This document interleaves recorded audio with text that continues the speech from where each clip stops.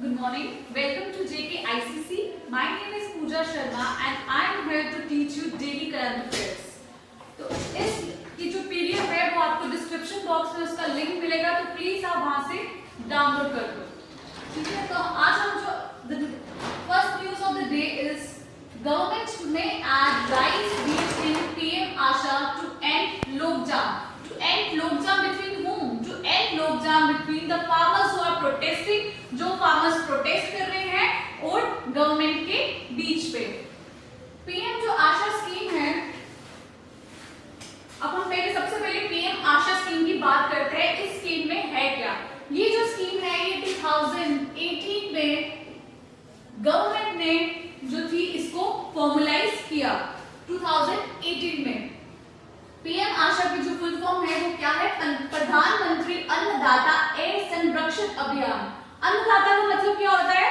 Farmers की बात हो रही है जो हमें अन्न देते हैं। ठीक है, आय का क्या मतलब है? इनकम। एंड संरक्षण का क्या मतलब है? कि उनकी रक्षा करनी है। ठीक है, तो प्रधानमंत्री अन्नदाता ए संरक्षण अभियान, ये स्कीम जो है ये गवर्नमेंट ने 2018 में फॉर्मुलाइज की। किसके लिए फॉर्मुलाइज की? फार्मर्स को, कि फार्मर्स को जो उनका नुकसान हुआ है वो उसकी भरपाई हो सके। ठीक है, आपने कभी मिनिमम सपोर्ट प्राइस का नाम सुना है? मिनिमम सपोर्ट प्राइस जो है ये बहुत सालों से गवर्नमेंट क्या कर रहा है? कुछ क्रॉप्स के लिए फार्मर्स को प्रोवाइड कर रहा है। तो मिनिमम सपोर्ट प्राइस कितनी क्रॉप्स के लिए जो गवर्नमेंट है वो दे रही है? 22 क्रॉप्स, जिसमें से कुछ खरीफ क्रॉप्स है, कुछ रबी क्रॉप्स हैं। 22 क्रॉप्स। ठीक है, अब मैं बात करती हूँ what is minimum support price. Minimum support price है क्या? मिनिमम सपोर्ट प्राइस में क्या है? अगर कोई फार्मर है, लेट्स से वो अपना अनाज 1000 रुपए का जो अनाज है वो अपना अनाज कहां पे बेचता है? मंडी में जाके। ठीक है, बट जो उसको 1000 रुपए का अनाज जो है, उसको अनाज उगाने के लिए उसको 1000 रुपया लग गया। ठीक है, उसके जितने भी प्रोडक्शन की अगर मैं बात करूं कि टोटल कॉस्ट ऑफ प्रोडक्शन उसको कितनी पड़ी? 1000 रुपया, मतलब जिसमें इनपुट्स भी होंगे, हार्वेस्ट की कॉस्ट भी होगी, सब कुछ मिला के 1000 रुपया। और वो मंडी जाता है। ठीक है, मंडी जाता है और उसको क्या मिलता है? 1000 ही मिलता है। 1000 ही मिला उसको मंडी में, तो उसको क्या, उसको तो जितना मिला उतना उसको प्रॉफिट भी नहीं होगा, उसको 0% प्रॉफिट हुआ। तो गवर्नमेंट क्या करेगा? जो डिफरेंस किसमें? जो उसकी कॉस्ट ऑफ प्रोडक्शन में और सेलिंग प्राइस में जो गवर्नमेंट को नुकसान होगा उसकी वो भरपाई करेगा। कैसे भरपाई करेगा? सरकार उनको डायरेक्टली पैसे देके जो होंगी उसकी भरपाई करेंगे। तो minimum support price total 22 crops के लिए गवर्नमेंट जो है वो देती है। और ये through which committee? Cabinet committee on economic affairs. Cabinet committee on economic affairs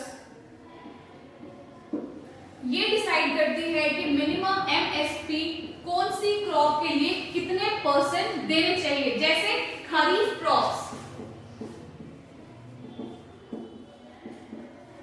kharif crops कौन सी होती है? खरीफ क्रॉप जैसे राइस है, जो कौन से मंथ में उगती है? मई से सितंबर के बीच में इसका टाइम पीरियड है। खरीफ क्रॉप के लिए जो गवर्नमेंट ने एमएसपी कितने % दी है? 1.5% of the cost of production. Next से अगर उसको 1000 रुपए उसकी कॉस्ट ऑफ प्रोडक्शन है तो उसको मिनिमम कितना प्राइस मिलना चाहिए? 1500 मिलना चाहिए। ठीक है, उसको 1500 जो है उसकी जो सेलिंग प्राइस होगी वो उस इतनी मिनिमम उतनी होनी चाहिए। अगर 1500 से कम होती है तो गवर्नमेंट क्या करेगी? गवर्नमेंट उसको पैसा देगी कि उसका जो एटलीस्ट 1.5% जो है वो पूरा हो जाए, उसको प्रॉफिट मिल जाए। तो ये बात तो रही मिनिमम सपोर्ट प्राइस की।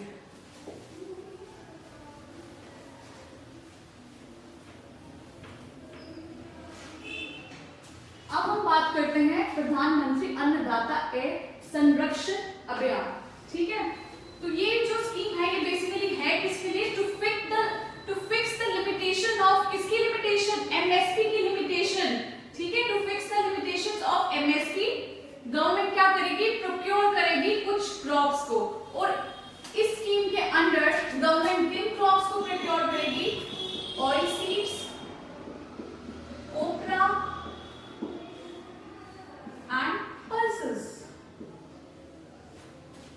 पीएम आशा के अंडर ये 3 क्रॉप्स का मेंशन है कि गवर्नमेंट क्या करेगी, इन 3 क्रॉप्स को क्या करेगी? प्रोक्योर करेगी डायरेक्टली फ्रॉम द फार्मर्स। पहले जैसे हमने फूड कॉर्पोरेशन ऑफ इंडिया का नाम सुना है, आपने नेफेड का नाम सुना है, ये लोग क्या करते हैं? ये लोग स्टेट गवर्नमेंट के साथ मिलकर क्रॉप्स को प्रोक्योर करते हैं, किससे? फार्मर्स से। ऐसे ही इस स्कीम के अंदर भी जो नेफेड है या फूड कॉर्पोरेशन ऑफ इंडिया है या स्टेट गवर्नमेंट है, ये सब मिलकर क्या करेगी? फार्मर्स से क्रॉप्स को डायरेक्टली प्रोक्योर करेगी। और किन क्रॉप्स की बात हो रही है यहाँ पे? ऑयल सीड्स, कोपरा और पल्सेस की। तो ये जो पीएम आशा स्कीम बेसिकली अम्ब्रेला स्कीम है। अम्ब्रेला स्कीम का क्या मतलब होता है कि इट कंटेन्स सब स्कीम्स, ठीक है, सब स्कीम्स है। इसमें पहली जो स्कीम है वो क्या है? Price support scheme. ये स्कीम जो है ये जस्ट लाइक द एमएसपी के लिए है। इसमें क्या होगा कि गवर्नमेंट क्या करेगी? इन 3 क्रॉप्स की, किसकी बात हो रही है? Oil seed, copra and pulses की बात हो रही है। ये 3 क्रॉप्स जो है ये डायरेक्टली कहां से प्रोक्योर करेगी? फार्मर से प्रोक्योर करेगी। Second scheme is price deficiency payment scheme. इस स्कीम की अगर मैं बात करूं तो इसमें गवर्नमेंट जो है कोई प्रोक्योरमेंट नहीं करेगी,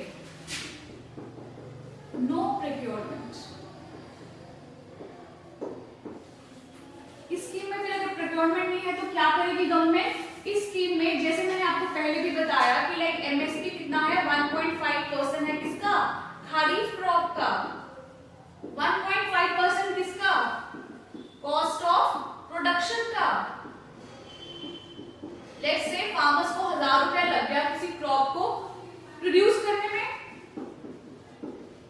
तो 1.5% कितना है? 1500। तो अगर फार्मर्स को 1500 से कम मिलता है तो गवर्नमेंट क्या करेगी? उसे पैसा देगी, ठीक है। 1500 से अगर कम मिलता है तो गवर्नमेंट उसको डायरेक्टली पैसा प्रोवाइड करेगी और उसको कितना?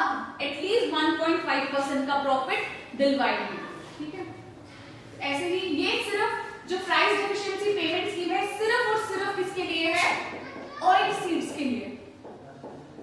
सिर्फ गवर्नमेंट ऑयल सीड्स की एमएसपी के लिए है, ठीक है। Third scheme is pilot of the private procurement and stockist scheme. इसमें बात हो रही है प्राइवेट प्रोक्योरमेंट की।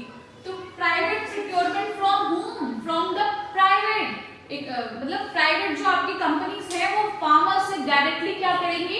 प्रोक्योर करेंगी in some district, not in all district. कुछ डिस्ट्रिक्ट्स में जो प्राइवेट कंपनीज हैं वो स्टेट गवर्नमेंट के साथ मिलके जो क्रॉप्स हैं वो क्या करेंगी? क्रॉप्स में भी कौन सी?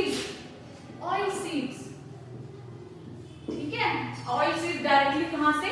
फार्मर से प्रोक्योर करेंगी। तो ये बात रही।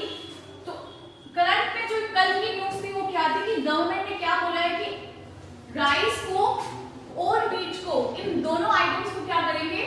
इस स्कीम में ऐड करेंगे, पीएम आशा स्कीम में, कि चाहे कि ताकि क्या हो सके जो प्रोटेस्ट चल रहा है बिटवीन द फार्मर्स के जो प्रोटेस्ट कर रहे हैं दिल्ली बॉर्डर पे, वो उसको खत्म कर सके, ठीक है। तो ये जो आप स्कीम है ये आपके एग्जामिनेशन पॉइंट ऑफ व्यू से बहुत इंपॉर्टेंट है, whether it is UPSC, your state civil services या आपके जेके एसएसबी के लिए, ठीक है। तो ये स्कीम जो है प्लीज आप थोड़ा ध्यान से इसको समझने की कोशिश करें। इसके 3 कंपोनेंट्स हैं और पहला कंपोनेंट सिर्फ इन तीनों के लिए है और जो लास्ट 2 कंपोनेंट है वो सिर्फ ऑयल सीड्स के लिए है। पीएम आशा जो स्कीम थी ये कौन सी मिनिस्ट्री के अंडर आती है? मिनिस्ट्री भी इंपॉर्टेंट है क्योंकि आपने अगर पुराने क्वेश्चंस देखे होंगे तो आपने देखा होगा कि मिनिस्ट्रीज पूछ लेते हैं, स्कीम दी होती है और पूछते हैं कि ये स्कीम जो है ये किस मिनिस्ट्री के अंडर आती है। तो पीएम आशा स्कीम जो है ये किस मिनिस्ट्री के अंडर आती है? Ministry of agriculture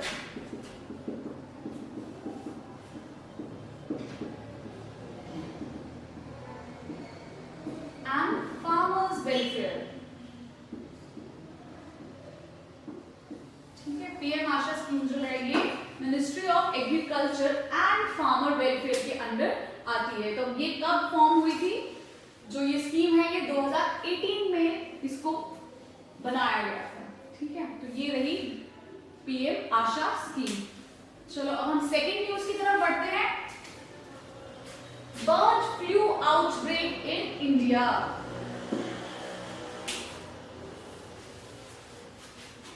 bird flu जो है उसका आउटब्रेक कहाँ हो गया है? इंडिया में बर्ड फ्लू जो है आ गया है।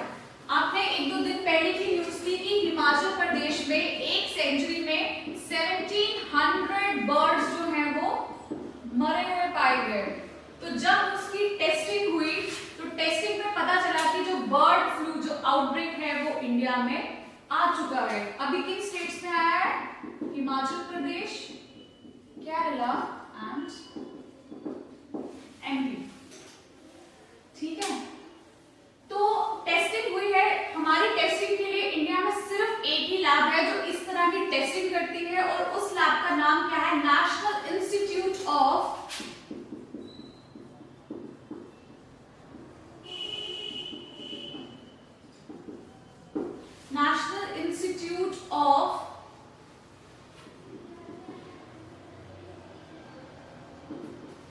High security animal diseases. ये कहां पे है ये लैब? ये भोपाल। और भोपाल किसकी कैपिटल है? मध्य प्रदेश की। ठीक है, और ये किसके अंदर काम करती है? ICAR के अंदर काम करती है। तो इन 3 स्टेट्स में जो इसके स्ट्रेन है वो पाए गए हैं। कौन कौन से स्टेट है? Himachal Pradesh, Kerala and MP. अब मुझे बताओ कि क्या जो बर्ड फ्लू है it is contagious? Yes, it is very much contagious between birds. क्या इसका एनिमल टू, क्या ये जूनोटिक डिसीजेस है? What is zoonotic diseases? Zoonotic diseases वो होती है जो एनिमल से किसकी ओर ट्रांसमिट होती है? ह्यूमंस को ट्रांसमिट होती है। जैसे कोरोना आउटब्रेक था वो क्या है? It is a zoonotic diseases. ठीक है, तो इट इज ये जो है ये जूनोटिक डिसीजेस नहीं है, ये एनिमल से ह्यूमंस को नहीं फैलती है। बट कुछ केसेस में जो देखा जाता है कि इसका जो है ह्यूमन कंटैक्ट अगर आता है तो फैल सकती है, बट ह्यूमंस के साथ इतनी कंटेजियस नहीं है। तो इसके वायरस का जो स्ट्रेन का नाम क्या है? H5N1। ठीक है, H5N1। वैसे तो इसका इतनी ज्यादा मैंने आपको बताया कि ह्यूमंस के साथ इसके कांटेक्ट में इतनी कंटेजियस नहीं है, बट अगर कोई इसके कांटेक्ट में आता है तो इसका जो मोर्टालिटी रेट है वो बहुत ज्यादा है। कितना ज्यादा? 60%। ठीक है, मोर्टालिटी रेट इसका बहुत ज्यादा है, दैट इज 60%।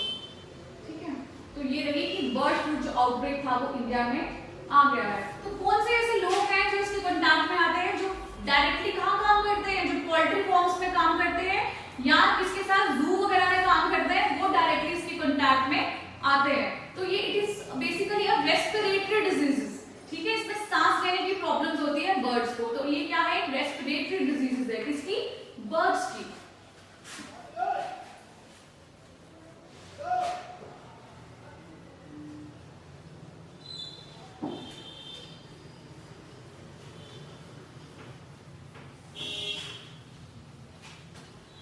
चलो हम नेक्स्ट न्यूज की ओर बढ़ते हैं। India and Asian Development Bank have signed a USD कितने dollar? 231 million loan agreement sign हुआ है इनके बीच to augment electricity generation capacity in Assam. ठीक है, तो सबसे पहले मैं बात करूंगी ADB की। ADB क्या है? Asian Development bank. Asian Development bank ये एक रीजनल बैंक है। तो आपके जो सिलेबस में अगर मैं आपके JKSSB की बात करूं या KS की बात करूं या किसी और एग्जाम की बात करूं, चाहे वो JKP का एग्जाम हो या SSB का एग्जाम हो, तो उसमें क्या है? रीजनल ऑर्गेनाइजेशंस करके आपको टॉपिक है। ठीक है, तो रीजनल ऑर्गेनाइजेशन में कई बार आपसे पूछा जाता है कि एशियन डेवलपमेंट बैंक के बारे में। तो एशियन डेवलपमेंट बैंक क्या है? Asian development is a regional bank और ये एस्टैब्लिश कौन से ईयर में हुआ है? 1966।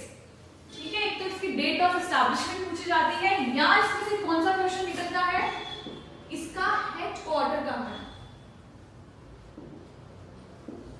हेडक्वार्टर कहां पे है इसका? Manila.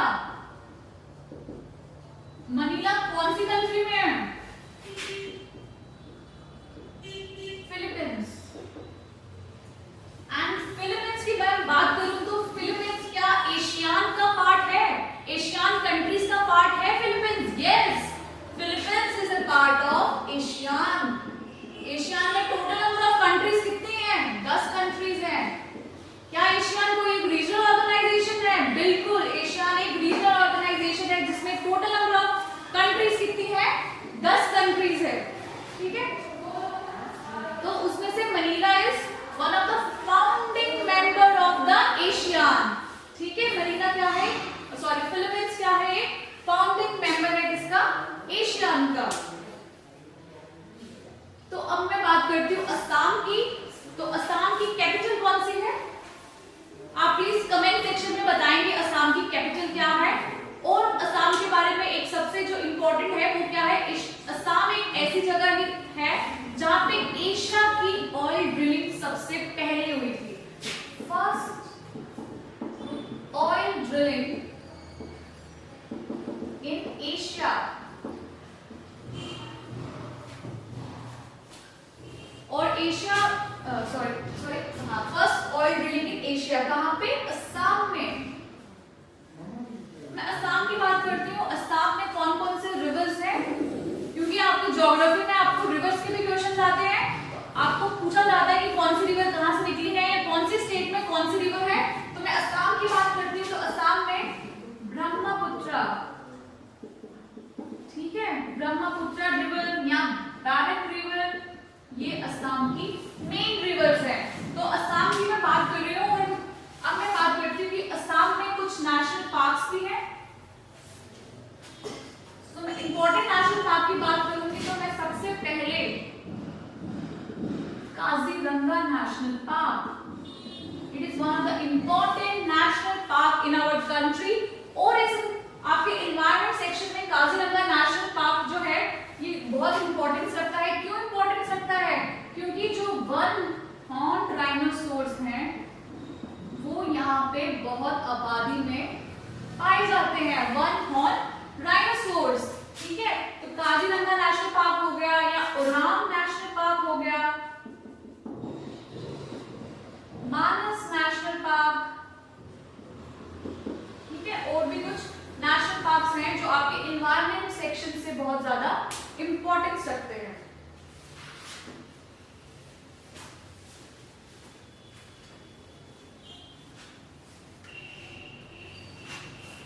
The next news is International Financial Service Center Authority has become an associate member of IOSCO. IOSCO क्या है? International Organization for Security Commission। ये एक इंटरनेशनल ऑर्गेनाइजेशन है जो किसके लिए काम करती है? सिक्योरिटीज के लिए काम करती है, ठीक है। तो इंडिया इसका क्या बना है? एसोसिएट मेंबर बना है। ये ध्यान रखना, एसोसिएट मेंबर बना है, कोई परमानेंट मेंबर नहीं बना है, ठीक है। क्या बना है? Associate member, international organization for security commission. अब मैं बात करती हूँ international financial service authority. International financial service authority ये किसने फॉर्म की? सेंट्रल गवर्नमेंट ने। ये सेंट्रल गवर्नमेंट ने बनाई, ठीक है, सेंट्रल गवर्नमेंट ने बनाई। और किसके लिए बनाई? कि ये प्रोवाइड कर सके इंडियन कॉर्पोरेट्स को with easier access to global financial market. तो इस जो ये अथॉरिटी है इसका काम क्या है कि ये जो इंडियन कॉर्पोरेट्स हैं, इंडियन कॉर्पोरेट्स को क्या प्रोवाइड कर सके? इंडियन कॉर्पोरेट्स को इजी एक्सेस प्रोवाइड कर सके। किसका इजी एक्सेस? सिक्योरिटीज का, ठीक है, या फाइनेंशियल मार्केट्स का।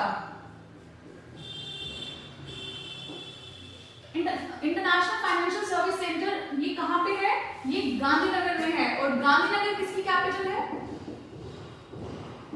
Gandhinagar is the capital of Gujarat. इसको गिफ्ट सिटी भी बोला जाता है इस अथॉरिटी को, ठीक है, गिफ्ट टेक सिटी।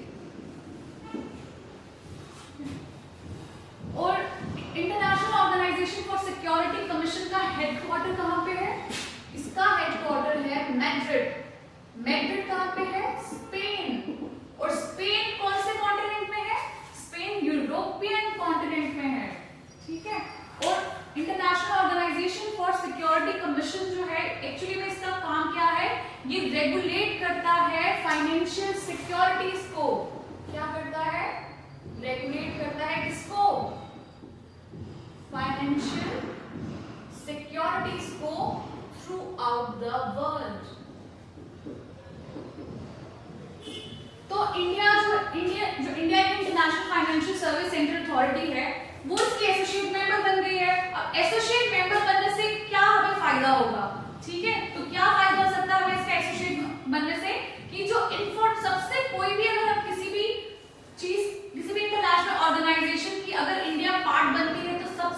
इंपॉर्टेंट उसका जो ऑब्जेक्टिव है वो क्या फुलफिल होता है कि जो कम्युनिकेशन है, मतलब सीखने को बहुत कुछ मिलता है। इंटरनेशनली जो भी प्रैक्टिसेस अवेलेबल है या इंटरनेशनली जो भी डीलिंग है, प्रोसेसेस है, उनसे बहुत कुछ सीखने का मौका मिलता है। तो ठीक है, international financial service centre authority जो एसोसिएट मेंबर बन चुकी है इस कमीशन का, तो इंडिया को क्या होगा, फाइनेंशियल मार्केट्स में बहुत कुछ सीखने का मौका मिलेगा और बहुत जगह पार्टिसिपेट करने का मौका मिलेगा।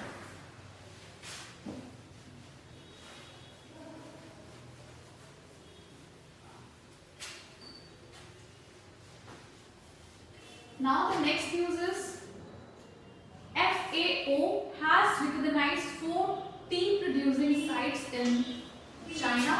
2 चाइना में sites, एक साउथ कोरिया में, एक जापान में as GIAS. What is GIAS? Globally important agriculture heritage sites.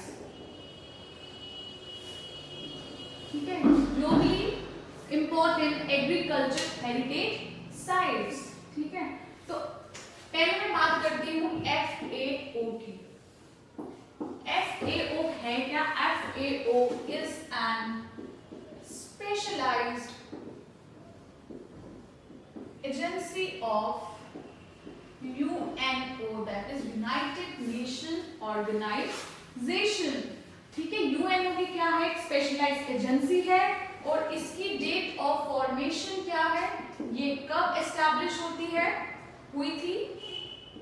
अक्टूबर 1945 में। अक्टूबर 1948 is also the date of establishment of the United Nations Organization। और FAO का हेडक्वार्टर कहाँ पे है? रोम। और रोम कहाँ पे है? इटली में है। तो जो यूनाइटेड नेशन ऑर्गेनाइजेशन है, ये आपको हर एक एग्जाम में इसका क्वेश्चन मिलेगा ही मिलेगा। अगर मैं यूपीएससी की 2020 के प्रीलिम्स की बात करूं तो वहां भी ऐसे क्वेश्चंस जो थे G20 से थे। G20 is also international organisation. तो ऐसे ही यूनाइटेड नेशन से भी क्या पता आपसे क्वेश्चन पूछा जाए। तो केएस की बात करूं या जेकेएसएसबी की बात करूं या जेकेएसआई की बात करूं, तो हर एग्जाम में आपको एक रीजनल ऑर्गेनाइजेशन या इंटरनेशनल ऑर्गेनाइजेशन का कोई ना कोई क्वेश्चन जरूर देखने को मिलेगा। ऐसे ही यूनाइटेड नेशन की कुछ स्पेशलाइज्ड एजेंसीज हैं। कितनी स्पेशलाइज्ड एजेंसीज हैं? 16। उसमें से food and agriculture organization is one of them. ठीक है, तो उसका जो हेडक्वार्टर है वो कहाँ पे है? रोम, इटली में। और डेट ऑफ फॉर्मेशन आपसे पूछी जा सकती है। ठीक है, तो ये तो रहा फूड एंड एग्रीकल्चर ऑर्गेनाइजेशन। अब मैं बात करती हूँ what is GIAS, globally important agriculture heritage sites. GIAS होता क्या है? GIAS बेसिकली कुछ इंपॉर्टेंट एग्रीकल्चर साइट्स होती है, कुछ हेरिटेज साइट्स होती है, कुछ ट्राइबल साइट्स अगर मैं बात करूं जहां पे जो एग्रीकल्चर प्रैक्टिसेस थी वो बहुत नेटिव होती है, या मतलब मैं कह लूं कि बहुत ज्यादा पुरानी होती है। तो उन हेरिटेज साइट को प्रोटेक्ट करने के लिए FAO ने क्या किया है? एक GIAS को एस्टैब्लिश किया है ताकि जो GIAS है वो क्या कर सके? अवेयरनेस रेज कर सके। किसके लिए? For the importance of these heritage sites. क्या इंडिया में GIAS साइट्स हैं? बिल्कुल हैं। कितनी हैं? 3 साइट्स हैं इंडिया में जो FAO ने रिकॉग्नाइज की है। तो मैं पहली साइट की अगर मैं बात करूं तो पहली साइट कौन सी है? कोरपुट, ओडिशा। कोरपुट कहां पे? ओडिशा में। And it is famous for shifting cultivation. ठीक है, शिफ्टिंग कल्टीवेशन के लिए ये साइट फेमस है। Next is Pampore, Kashmir. पंपोर जो रीजन है कश्मीर में, ये किस चीज के लिए फेमस है? Famous for saffron. ठीक है, and number 3 is Kuttanad. Kuttanad in Kerala. ठीक है, और Kuttanad in Kerala is famous for under sea rice cultivation, and it is the only site in India, it is the only place in India जहाँ पे under sea rice cultivation होती है। तो India में GIAS की कितनी साइट्स हैं? 3। First is Koraput, Odisha, second is Pampore, Kashmir, third is Kuttanad in Kerala. ठीक है, तो ये रही आपकी कुछ GIAS की साइट्स।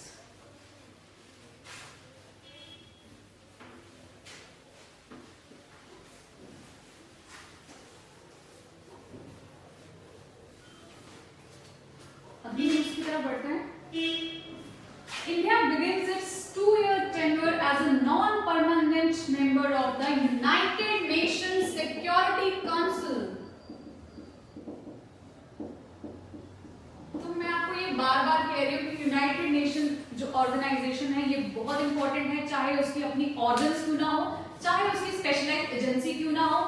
सबसे बड़ी बात है ये करंट में जो है बहुत ज्यादा है, तो इस पे क्वेश्चन आना बिल्कुल आ सकता है, ठीक है। तो इट इज लाइक प्रोबेबिलिटी बहुत ज्यादा है कि इस बार आपको किसी भी एग्जाम में यूनाइटेड नेशन पे कोई क्वेश्चन आए। तो यूनाइटेड नेशन की मैं अगर बात करूं तो यूनाइटेड नेशन की कितनी ऑर्गन्स है एट प्रेजेंट, मैं ओरिजिनली नहीं बात करी, मैं एट प्रेजेंट बोल रही हूँ कि कितनी ऑर्गन्स है। यूनाइटेड नेशन की 5 ऑर्गन्स हैं, जिसमें से एक ऑर्गन है United nation security council. United nation security council को हम और क्या बोलते हैं, पुलिसमैन ऑफ द वर्ल्ड, ठीक है। This thing is very important कि कौन सी ऐसी ऑर्गन है यूनाइटेड नेशन की जिसको हम पुलिसमैन ऑफ द वर्ल्ड बोलते हैं, तो वो कौन सी है, United nation security council.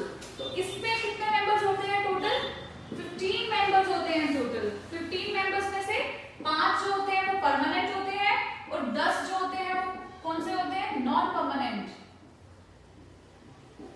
Permanent members कौन से हैं, परमानेंट मेंबर्स वो हैं जिनके पास न्यूक्लियर वेपन्स हैं, ठीक है। तो परमानेंट मेंबर्स कौन कौन से हैं, first is Russia, USA, China, France and Britain, ये रहे परमानेंट मेंबर्स। और नॉन परमानेंट मेंबर्स कितने हैं, 10 है, जो हर 2 साल के बाद क्या होते हैं, इलेक्ट होते हैं। And elected by whom, elected by the United nation general assembly. United nation general assembly is also the main organ of the United nation, ठीक है। तो इंडिया ने क्या जो है कौन, ये जो टर्म है ये जीती है, कौन सी टर्म, 2021 से लेकर 2022 एंड तक। ये इंडिया ने जो है कितने वोट से इंडिया जीता था, 184 बाय 192 वोट्स में से कितने वोट्स, 184 वोट से इंडिया जो है वो फुल मेजॉरिटी से ये जो इलेक्शंस में जीता है, ठीक है। तो इंडिया का ये क्या पहली बार टर्म है, नहीं, इंडिया का ये कितना टर्म है, 8 टर्म किसका, 8 term member of, non permanent member of United nation security council. तो इससे पहले जो 7 टर्म था वो कौन से ईयर में हुआ, 7 टर्म वो हुआ 2011 में, वो इंडिया का 7 टर्म था। अब इंडिया का क्या है, 8 टर्म है, ठीक है। तो ये बात रही इसकी यूनाइटेड नेशन सिक्योरिटी काउंसिल की।